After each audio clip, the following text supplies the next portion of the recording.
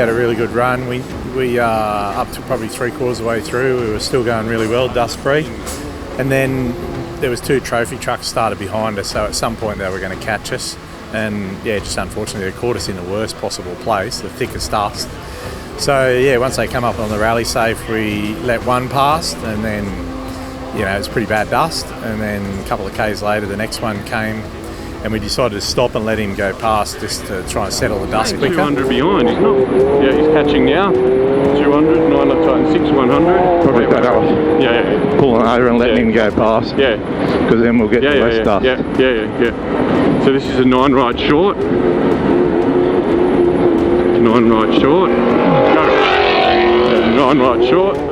And he ran off the road at the next corner, so we went past him, and then 2 Ks later he went past us again. So yeah, pretty big time loss, because the guy that finished second in the Can-Ams just then in the side-by-sides, he was probably 40 seconds ahead of us, and he's pulled another minute and a half out. So yeah, quite a big time loss, I think.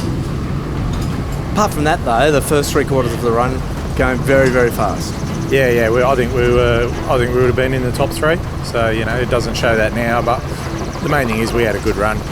Dust is dust. It'll probably happen again in the next run. So although the wind's picking up, so we might be fortunate to get a bit more dust-free run. Look, it was I guess interesting is a good way to describe it. We had a bit of rain in there, spits on the visor and dust and all that sort of stuff. So a lot of distractions, a couple of cars coming up behind us, a couple of the trophy trucks that had a problem or were slow yesterday in the prologue stage. It makes it tricky. The big straights here, they're just so much faster on the big straights, so they pull a heap of time on you, and when it comes time for them to get by, you've got to do the polite thing and let them by.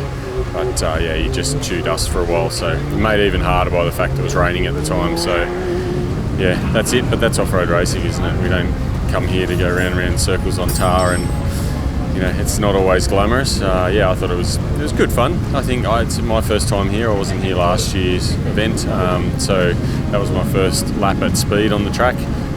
It seemed very rough when we did the reconnaissance, but these things ride the bumps so well.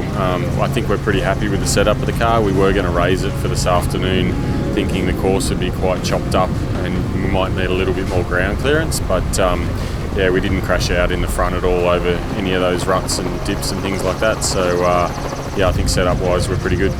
And how does it all look points and positions wise? That's interesting. That sort of minute and a half we lost in the dust there, letting people past, and when the other guy went off, makes a huge difference. If you look at that pace on what we were on, we were sort of around that second or third position. And just that small amount of time at this round, there's so many fast locals and the gaps are so small, it's pushed us down to around 10th. So some of those guys might not be registered for points, but it's, at Charters Towers and other events, you can drop 2 or 3 minutes and it only drops your position or 2.